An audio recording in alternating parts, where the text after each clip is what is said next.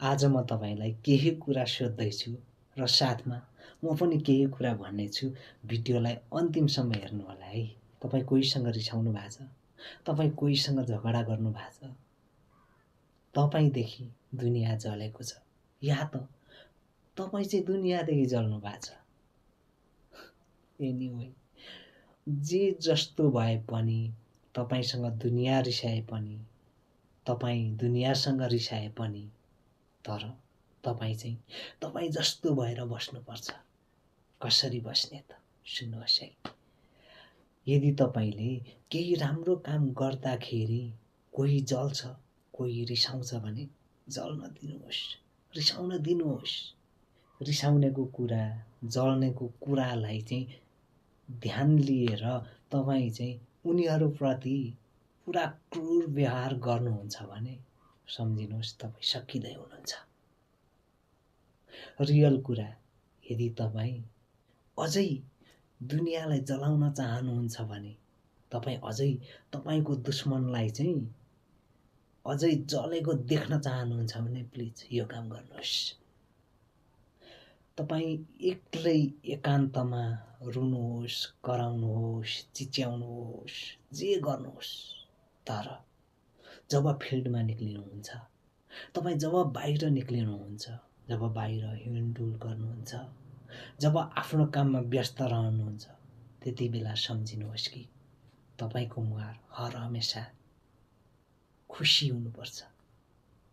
जब तपाईँको अनुहारमा दुखी, उसले यो भन्दैछ, उसले यो भन्दैछ भने यी कुराहरू लिएर तपाईँ चाहिँ दुखी रहनुहुन्छ भने सम्झिनुहोस् तपाईँ सकिनु भयो। तपाईँ सकिन लाग्दै हुनुहुन्छ। यो दुनियाँलाई त जलाउने हो, दुनियाँलाई त जलाएर जिउने हो। तर तपाईँ फिल्डमा निक्लिँदै हुनुहुन्छ भने, कहीँ कतै हिँड्दै हुनुहुन्छ भने तपाईँ हर हमेशा खुसी मुद्रामा रहनुहोस्। तपाईँको मुहारमा यस्तो चमक आओस् जसले गर्दा अझ दुनियाँ जल्नेछ। तपाईँ जे गर्दै हुनुहुन्छ राम्रो गर्दै हुनुहुन्छ, अझै राम्रो गर्दै जानुहोस्, दुनियाँ त्यसै जल्नेछ।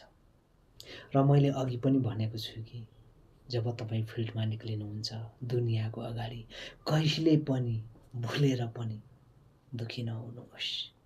हुन त लाग्दो भित्र मनमा भारी पीडा बोकेर म कसरी हाँस्न सक्छु, दुनियाँले नाना थरी भनिरहेछ, म कसरी खुसी भएर हिँड्न सक्छु।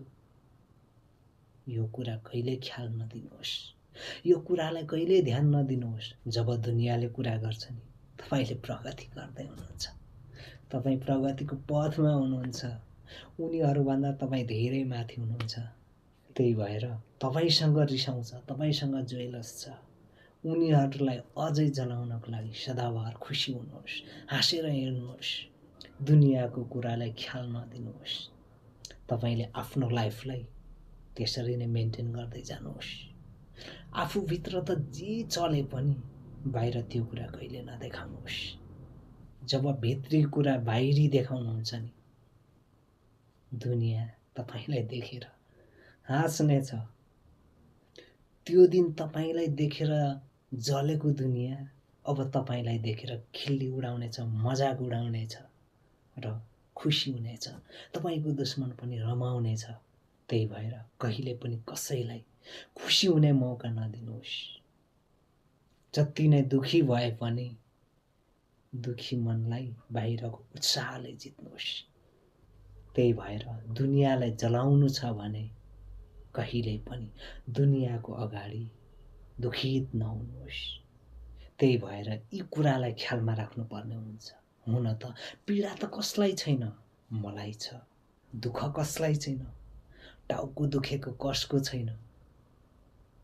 तर पनि हर दुःख कष्टको बावजुद पनि हर हमेशा मुस्कान लिएर हिँड्नुहोस्। त्यही भएर आजको समयमा दुनियाँलाई जित्नको लागि पनि आफूसँगै प्रतिस्पर्धा गर्नुपर्ने हुन्छ। आफूले आफ्नो मनलाई कन्ट्रोलमा राख्नुपर्ने हुन्छ। जब तपाईले आफूले आफूलाई जित्न सक्नुहुन्छ, तपाईले दुनियाँ जित्नुहुन्छ। हर हमेशा मुस्कान लेकर हिँड जाओ भाई साहब, दुनिया खास हो जाएगा।